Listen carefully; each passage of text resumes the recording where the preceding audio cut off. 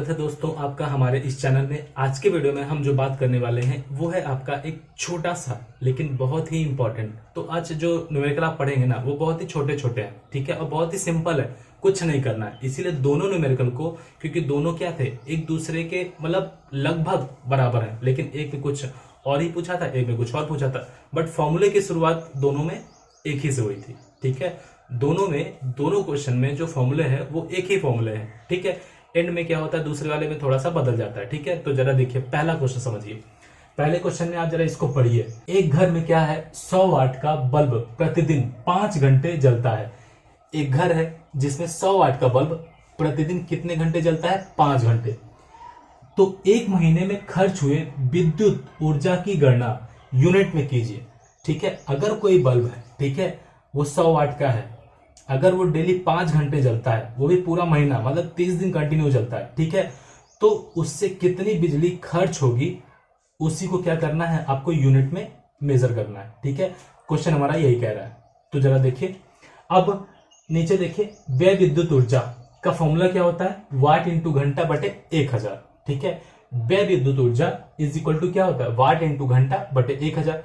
इसमें कुछ नहीं करना है, सिर्फ और सिर्फ आपको जो चीजें दी गई हैं बस उसी के लिए फॉर्मूला लगाना है, ठीक है। व्यय विद्युत ऊर्जा का जो फॉर्मूला होता है वाट इंटू घंटा बटे क्या होता है, 1000। क्लियर, ठीक है। अगले स्टेप में क्या करेंगे, कितना वाट का है, 100 वाट का, तो 100 लिख दिया। घंटा कितना, 5 दिन चल रहा है, ठीक है, 5 घंटे लगातार चल रहा है, लेकिन 30 दिन चल रहा है, ठीक है। तो 5 इंटू कितना कर दिया, 30 कर दिया, अपॉन 1000 वैसा का वैसे रह गया, ठीक है। तो जरा देखिए, 100 इंटू 5 3 कितना हो जाएगा, 150, 15 होता है, यहाँ पे 0 था तो 150 हो गया, ठीक है। तो डिवाइडेड बाय कितना, 1000, 1 0 से 1 0 कैंसिल, 2 0 से 2 0 कैंसिल, ठीक है। तो 15 इंटू 1 अपॉन 1 कितना हो जाएगा, 15 यूनिट। इसका मतलब कि अगर कोई बल्ब 100 वाट का है और अगर वो 5 घंटे डेली जल रहा है, ठीक है, 30 दिन, तो उससे कितने यूनिट बिजली खर्चा होगी, ठीक है, वो 15 यूनिट बिजली खर्चा होगी, ठीक है। क्लियर हो गया, ठीक है। तो अगले न्यूमेरिकल पे आइए।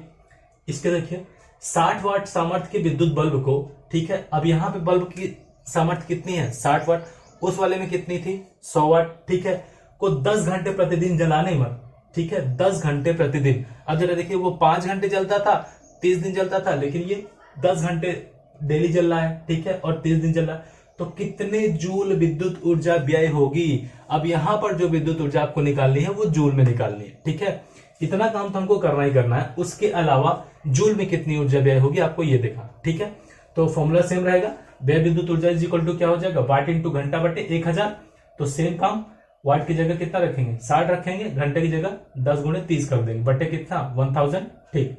तो 60 और 10 दिए 30, तो 300 हो जाएगा, बटे कितना 1000, तीनों 0 कैंसिल और 3 छंग 18 यूनिट। इसका मतलब कि 10 घंटे प्रतिदिन जलाने पर 30 दिन में वो कितनी यूनिट बिजली ले लेगा, 18 यूनिट ले लेगा, ठीक है। अब जरा देखिए इसको जूल में कैसे निकालना है, ठीक है, क्योंकि हमको पता है 1 kilowatt hour is equal to कितना होता है, 3.6 इंटू 10⁶ जूल, ठीक है।